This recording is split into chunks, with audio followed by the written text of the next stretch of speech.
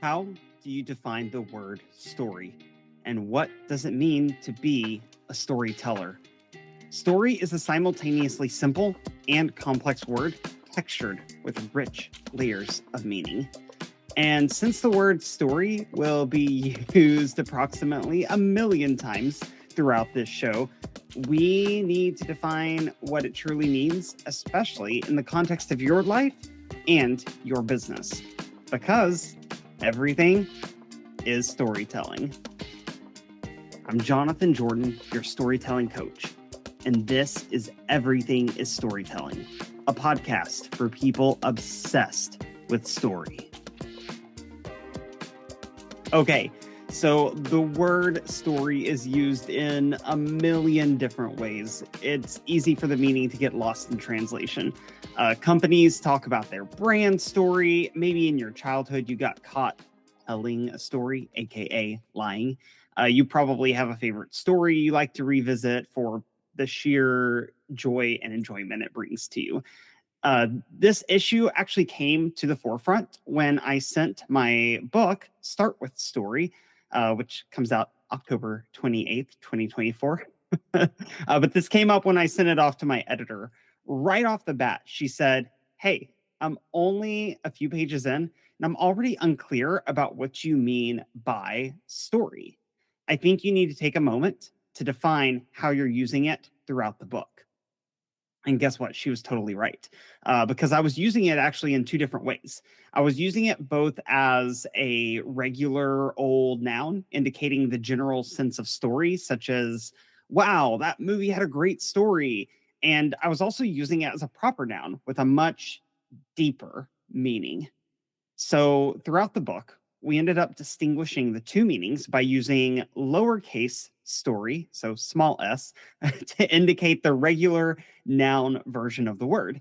And then we decided to use a capital S, proper noun story, to indicate the more philosophical, purposeful version of story. So we're going to be doing the same exact thing here because more than anything else, we're going to be talking about this deeper, impactful version of story with a capital S that you share with the world and that you use to engage your audience. Okay. So here's how we're going to define it. Capital S story lives at the intersection of purpose, experience, and ideas. So where those three cross in your life, you're always going to find your story. And I'll say that again with a slight twist on it.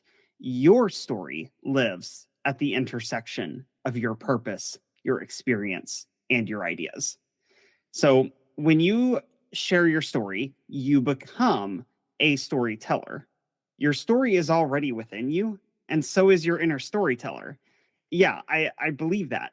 All of us have an inner storyteller, but part of finding and unleashing that inner storyteller means that we have to redefine story in this new way, if you want to call it a new way. I don't really think it is new, but we're going to say it's new.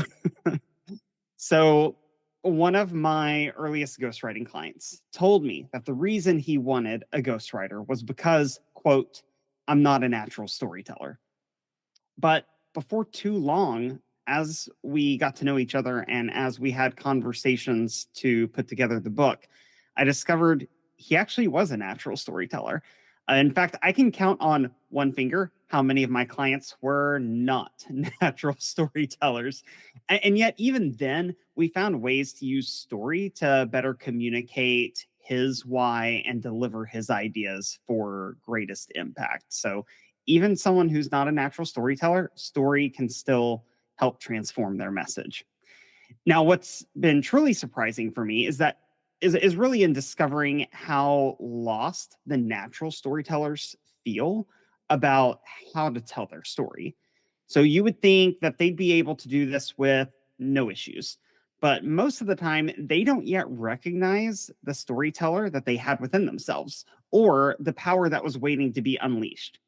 A major reason for this is because I found that most people have too narrow a view of what story means. So let's talk about what some of the common objections sound like when I talk about your capital S story.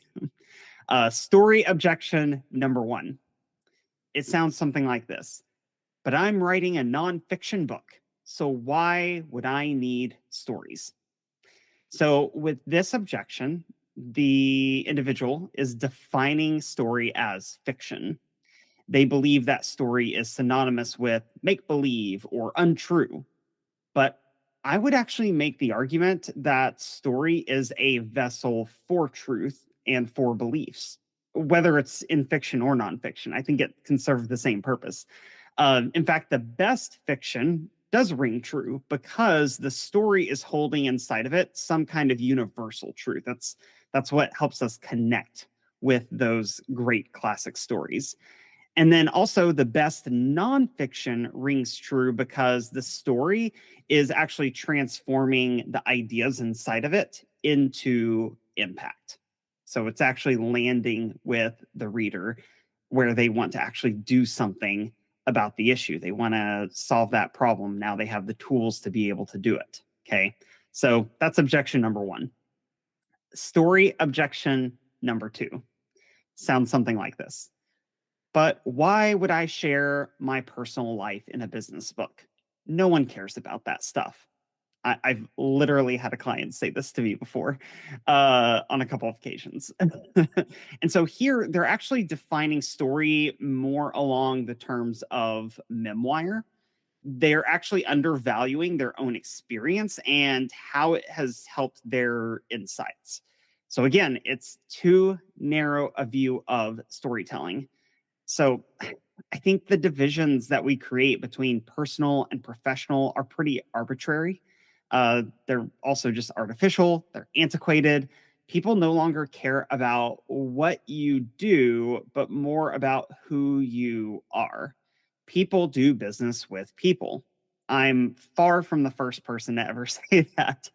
And at the end of the day, people do love stories because it helps us connect with each other. So that's objection number two. Now, story objection number three sounds something like this. I want to be informative and help others, not talk about myself.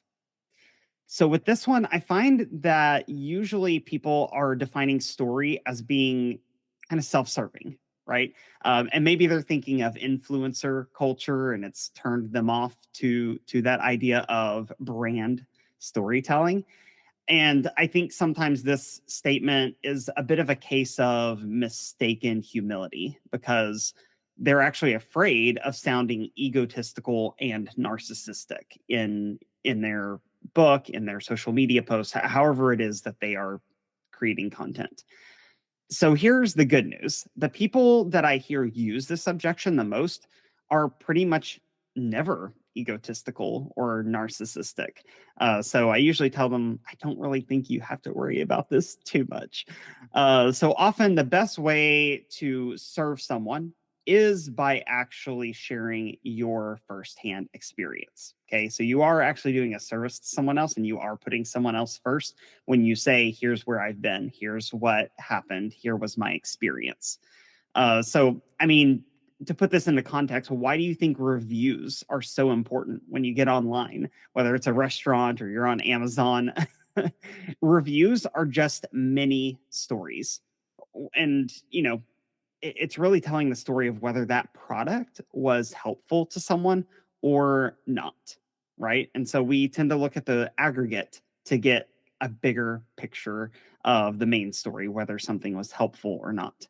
So the root problem in this objection, it's rarely about whether someone is a natural storyteller or not. It really comes down with all of these, actually. It really comes down to how people are defining the term story itself. Okay. Which is why we need to redefine it. So, a couple other ways to look at this, a lot of times people get reductionistic with story. And so they're only thinking of it as a series of events that are saying this happened, and then this happened, and then this happened. Now, that's called a sequence. and sequences do play a role in storytelling, but they're not the story itself. The true essence of story, capital S, is rooted in your unique perspective, your voice. It's the special sauce that makes you who you are. Story is part of the human DNA, if you want to think about it in more scientific terms. And that's why I believe that we all have an inner storyteller, is because I do believe it is ingrained into our bodies themselves.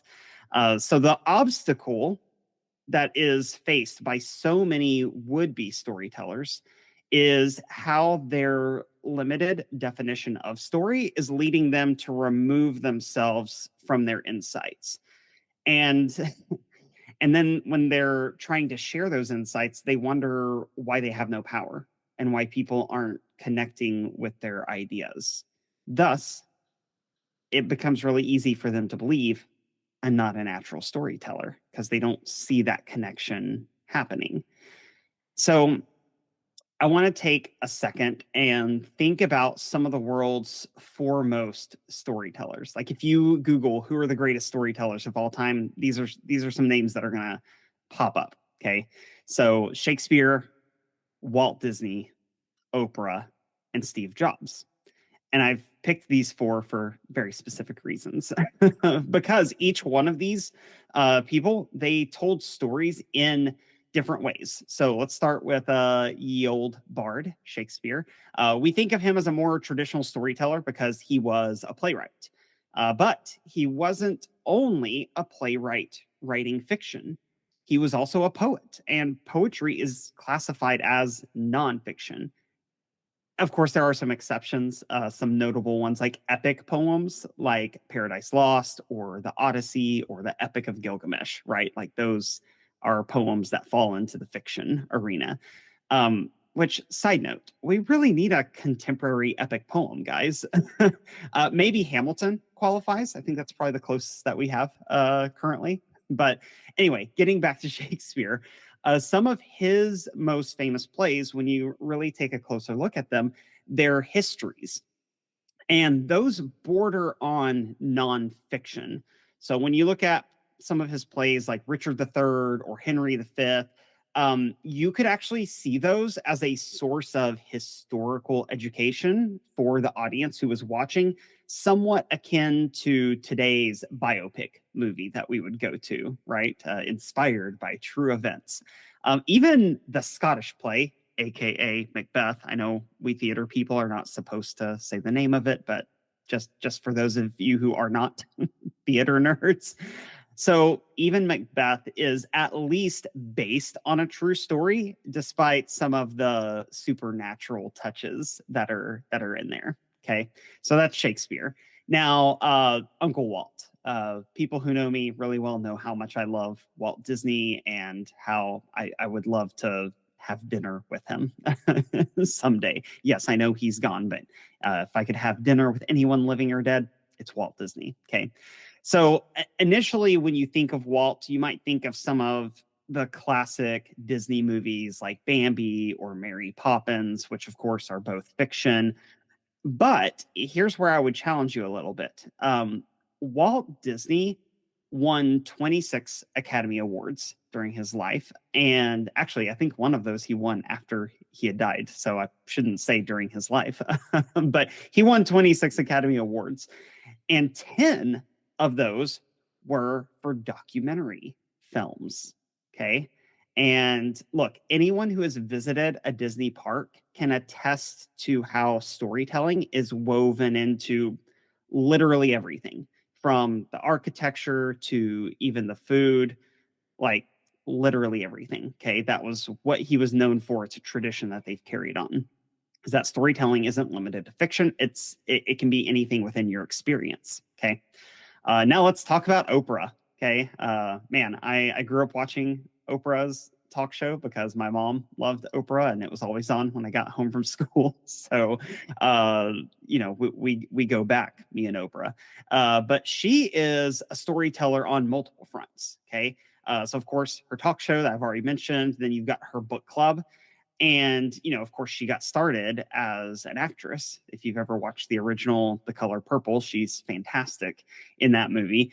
But the running theme of her career has actually been lifting up the stories and voices of other people. So even if you're giving a platform to others, I would say, yeah, that's still storytelling, because you are helping those stories get out into the world where they can actually make a difference. Okay. So that's Oprah.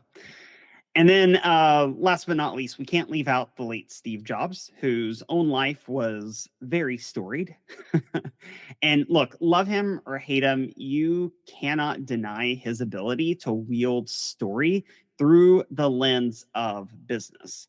He was a master at transforming ideas into impact, especially at Apple, of course. And while he had less of a direct influence as the owner of Pixar, yes, he owned Pixar at one point, uh, you can still see his storytelling touches in just the way that they do business and the way that they create film. I love Pixar movies. They have such a consistently strong storytelling brand, and a lot of that is thanks to Jobs helping that become a central pillar of the studio's brand. Okay. Now, listen, I know what you might be thinking. You might have an objection as I'm talking about all these incredible storytellers, and you might be thinking to yourself, yeah, that's all well and good, but I'm not any of those titans of storytelling. Why not, though? I mean, what really makes you or any of us that different from them? Like Shakespeare, I mean, come on, he got his cougar girlfriend pregnant, leading to the late 1500s version of a shotgun wedding. Okay. Walt Disney, his first business went bankrupt, which makes me feel a little bit better, since I had a business that once made me lose literally all my money. Okay. Jobs was very publicly ousted from the company that he had started. That's never fun.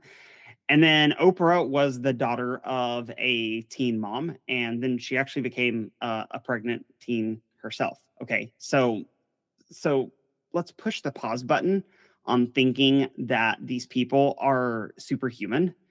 These are not gods and saints that we're talking about. Okay. These could be the stories of anyone in your neighborhood, anyone sitting next to you on a plane. They didn't become storytellers because of what happened to them. They became storytellers despite what happened to them. Okay. At the end of the day, everyone has a story, which means anyone can be a storyteller. I absolutely believe that. And so a limited view of storytelling may actually be causing you to undervalue your own story. And many aspiring authors are fixated on sharing their knowledge and building their authority, their credibility. And yet at the same time, they're cagey about sharing their own story. They're compartmentalizing, thinking they can divorce the two from each other. But what's really happening is they're failing to see how knowledge and experience, they're not substitutes for story. They are the direct outputs of your story, which, you know, is why we need to redefine both story and storyteller if any of us are going to be able to successfully unleash our inner storyteller. So before we finish today, let's refresh on this version of story, the intersection of your purpose, your experience, and your ideas. In my book, Start with Story, I talk about how stories, lowercase this time, okay, lowercase stories, they're just idea packages. They're just a way for you to deliver your idea into someone else's brain, okay? So all your ideas, your insights, and advice, they all stem directly from your purpose and experience. They're already connected. And what makes the information valuable isn't just the outcomes that are created, but where and who they come from. You. Okay.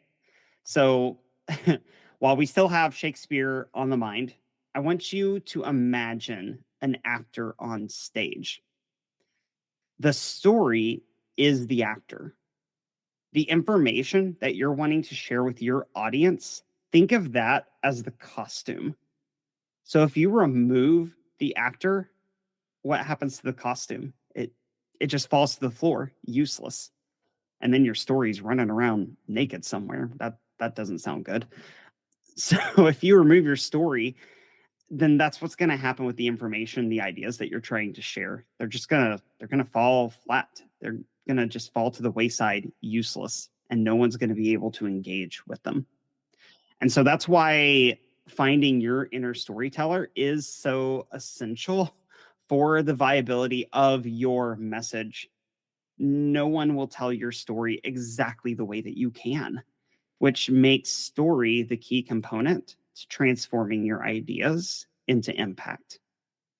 And so, obviously, we're going to be talking a lot more about this. And as more interview episodes come out, you're going to hear how other people are transforming ideas into impact through the power of story.